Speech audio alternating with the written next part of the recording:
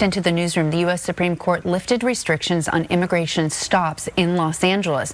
Patrols across the city were detaining people if agents suspected those people were undocumented. But back in July, a federal judge ruled those patrols violated the Constitution and could lead to racial profiling. She argued agents detain people because of their race, the language they spoke, or where they work. The Department of Justice told the Supreme Court that this ruling prevents them from adequately doing their job. By blocking the federal judge's decision, the Supreme Court will allow immigration stops without reasonable suspicion to continue. Well, Chicago and a number of other large cities are preparing for a federal infusion to crack down on crime. We're going to get over there into Chicago next. We're going to talk about that next. All right. I just want to make sure that we put things in perspective. And so what has basically happened is when Trump, let's get our history together first. So first, Trump contacted all of these different sanctuary cities and he said, listen, guys, I want to work with you. I want to make sure that I help you guys. I want to stop crime and I want to remove illegal migrants, especially ones that are committing the crimes and getting arrested. That was the very beginning of this whole thing. If migrants, the illegal ones, have anybody to blame over why they are now being targeted and why they are being deported at such a huge level, you have nowhere else to look but your own legislators, because they could have just played it cool. Hey, listen, you committed crime, you went over there and you mess with the girls, you traffic, you did drugs, and you are a Ukrainian mob boss. You got to go from the United States of America. They could have played nice and they could have saved a bunch of migrants a harsh time, the illegal ones that crossed over, by working with the Trump administration and saying, hey, listen, we gonna give y'all the illegals, the ones that are committing crimes. We vow to work with you. That way we can continue to get our federal dollars. And it looks like we're going to keep our community safe and all of that, right? But they didn't want to play the game. They called Trump's bluff, as though they ever wanted to do that. They called his bluff. And so Trump was trying to get Tom Homan to work with the cities, Chicago, Los Angeles, all of these places. They called his bluff. I know I went from Spanish to Russian. I'm sorry. They called his bluff. So Trump said, all right, well, then we're going to come in here with size 12 shoes and everybody got to go. Anybody, you working at Home Depot, got to go. Driving down the street, got to go. Working at the farms, got to go. Anybody that is illegally over here, you got to go. Protesters, got to go. Now everybody got to go, right? And that's, y'all did it to yourselves. You did it to yourselves, and now you're doing it. So what they did was they decided that they wanted to sue the Trump administration and try to block him from profiling people, as though you can really enforce that. But, you know, Trump played the game. A lower court judge that they knew was going to pass this, passed it. And then, as usual, Trump was like, okay, cool. We're just going to escalate it up. And then when they escalated it up on appeal, the judge said, yep, if you're working at Home Depot and you don't speak English and you clearly are here illegally, they can go ahead and arrest you. They can stop and frisk. They can ask for your papers. And if you don't got what you're supposed to have, if they find out that you're here illegally, you're going back to where you came from. And so now Democrats are mad because the Trump administration has been winning en masse. En masse. Every single thing that they wasted taxpayer money on, the only people that were winning on the Democrat side were the lawyers. Story today, clearing the way for federal agents to carry out sweeping immigration enforcement again. Welcome to the Fox 11 News at 5 simulcast on our sister station Fox 11 Plus. I'm Christine Devine. So LA's Mayor Karen Bass stood united with several community leaders outside the Westlake Home Depot today. They were condemning the Supreme Court's decision. That's where we find Fox 11's Rachel Aragon with the story. Rachel? Several top LA city leaders stood outside this very Home Depot in Westlake. A reminder, it's one of several stores that was targeted by federal agents earlier this month and last month. We also know, though, after today's big Supreme Court ruling, it's prompting more concerns and fears about these raids continuing. We will not allow the Supreme Court or anyone to divide us. Democrats are so weak. Y'all are so weak. We just come in and just kick y'all out and kick y'all butts, and y'all ain't gonna do nothing but protest. I think Democrats are the weakest group of people. You know, we all segregate ourselves to an extent. We say, oh man, we're men, or oh man, we're Christians. Oh man, we're Muslims. Oh man, y'all gay. See how I say we, and then I said y'all for the other ones.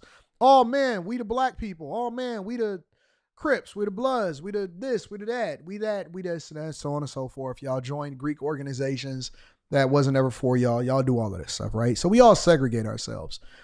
But when y'all segregated yourselves into being liberals and Democrats, y'all are just really a bunch of fairies. All of the women got short hair. And when I say short hair, I'm not talking about like the one like Toni Braxton used to have when she was coming up, the pixie cuts and all of that. Nah, y'all got them harsh afros, the microphones on top of your head. Look just like this. Look just like this. Y'all don't have no power. Y'all just be protesting. Y'all can't wait to get you a sign. Give us free. And Trump and them be like, hey, man, you see them suckers out there? Ha, this is crazy. They about to get us to be able to come in and kick their butts again. Democrats are so weak. They got the septum rings. So weak. They always pour and protesting. They always pour and protesting. I don't like it. Give us free. I don't like it. Give us. And then people be like, look at them. They look so stupid out there. They just look dumb to me. I don't know why, but they look very, very homey and crazy and fairy dusty. Outrage and a promise to fight back. The message from LA Mayor Karen Bass after the country's highest court's decision allowing federal agents to continue sweeping immigration operations in Los Angeles using race or language as a basis to stop people. Law enforcement cannot racially profile and discriminate against Latinos, against Angelenos based on their race. From Home Depots to car washes. Over the last 3 months, the federal immigration raids in the LA area have made some fearful to continue or find work. Approximately 247 car wash workers have disappeared from our communities. Not my car wash is messed up. No, what am I going to do? Not me not being able to get a car wash. What am I going to do? Oh my God.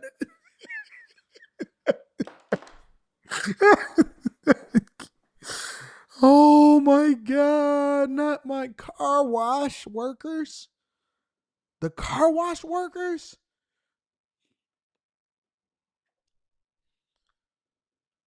You know why they can't get no traction?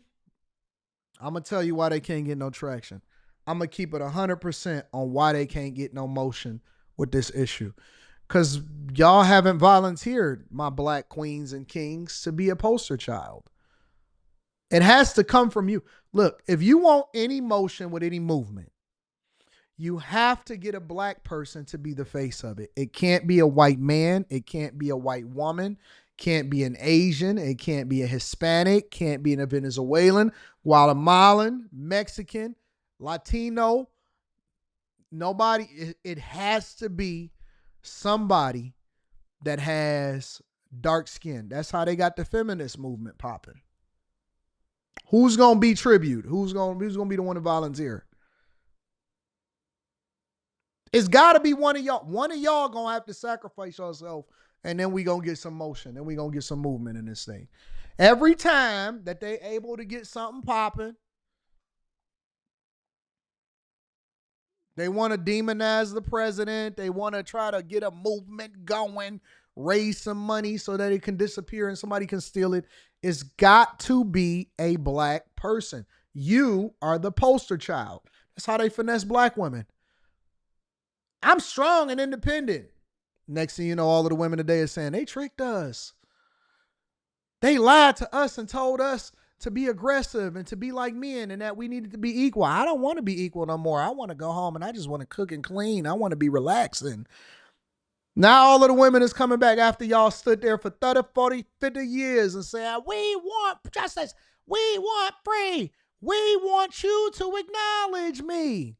And you stood there shoulder to shoulder with your white women compatriots and you held it down with them, and they got to classify themselves as a minority also, and they was like, yes, got him again. Got him again. Hey, convinced you to go ahead and turn against your household, break up your household, marry the federal government, get on food stamps, and then you got a generational curse on your back. You got a food stamp demon on your back. You got the snap demon on your back. I don't even like downloading the Snap app. It just sounds too poor to me. You got a Section 8 demon on your back. Now you can't identify who you in a relationship with. Keep on acting like your baby daddy ain't in your life because it's going to mess up my Section 8. It's going to mess up my food stamps. I can't work because if I work, it's going to take away from my benefits. And I need my EBT card. I need my EBT card. Blame your ancestors for it. They the ones that gave you this EBT card now. That was your reparations. Go ahead and stay in this roach-infested place so that you can try to make it seem like you really doing something and I'm paying your $33 in rent. I needs my food stamps card, and so I'm just not going to tell you. I don't know who my baby daddy is, but if you see him, please let me know because I need to tell him who my son is. Got a SNAP demon on your back. SNAP benefit demon. Food stamps. I just need my food stamps.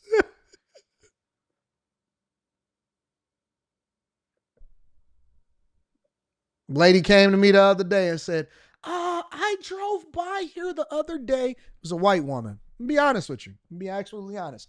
This is 100% truth on everything, on my father's grave. White woman came up to me, big back. Other day, I was going through. She seen the big Navigator. Whoop, whoop, whoop, whoop, whoop. Pulled up at the Navigator at the property that I'm building. She says, hi, she knocked on the door.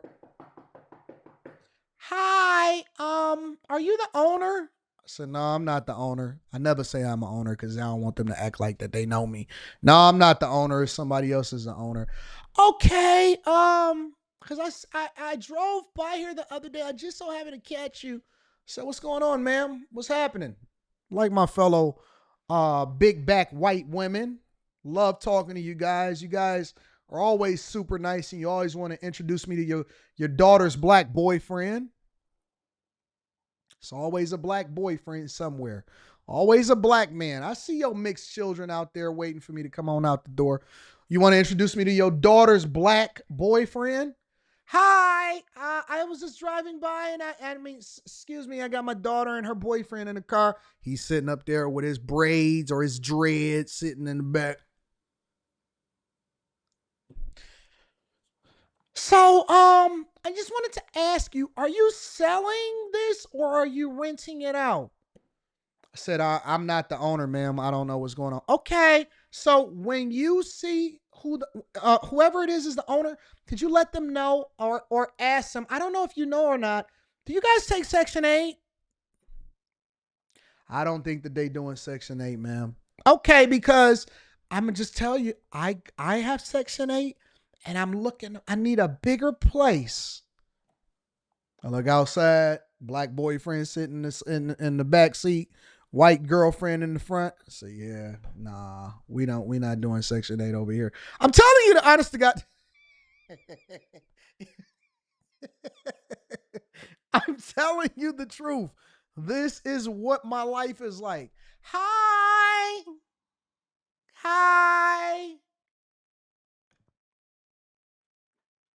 What's your name, ma'am?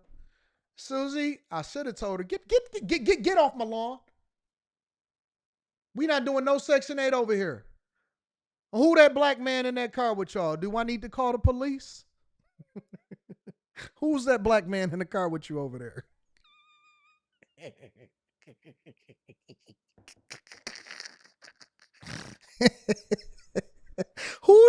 Who's that, on that neck? We not doing no Section 8. Get gone from around here now. You better get gone from around here. All right? This is just unacceptable. It's a daily fear in our community. People aren't going to church. That's how I get all of my information that I give y'all on the Millionaire More Show. I be out in the streets and I be seeing stuff and I be like, I use my photographic memory, store it in my files, and then if just for situations like this, now we can start having a conversation about what's happening in the community. Aren't going to work in many cases. Ron Gochez, a community organizer and teacher in South Los Angeles, says after Monday's ruling, he plans to continue conducting community patrols. What we try to do is we try to locate ICE activity before they strike so that we can warn our community so they have a chance to defend themselves. In a social media post, the Department of Homeland Security calling the Supreme Court's decision a victory, adding DHS will continue to arrest and remove the criminal illegal aliens that the mayor of LA is protecting. Serious, bro? But top city leaders say they're not backing down despite Monday's decision. From the beginning, we have known that Los Angeles has been used as a test case for total dominance. Y'all crazy in the chat. I'm not listening. I'm not listening to the chat. The chat is demonic. I'm not doing it. And unchecked power by the federal government. And earlier today, Mayor Bass also adding, she says she has taken several Shout out to steps DJ in response to all this. As one example, she said she filed a Freedom of Information request to Get gone from around here now. I know he got warrants. That's what I was thinking to myself. That boy got a warrant. That's why he not driving. Keep on coming over there, getting a mama car, busting down the white girls. Boy, and let me tell you something. I know y'all not familiar with this, but I'm going to educate you today. I'm going to put you up on game. There has never been a more territorial environment than a black kid, a black boy going into a white school. It's like candy. Just like candy. I can see when you walk. Girl, it's just like candy. A black boy going into a white school, boy, the white boys be like, ha! It's probably what happened to Carmelo Anthony and Austin Metcalf. It's like candy, boy. It's like pickings. It's easy pickings over there. The more you tell a white girl, a young white girl, not to mess with a black guy, the more that they gonna go. Y'all breathe. It's like candy. And if he see another black guy come in, that's where the territorial wars come in.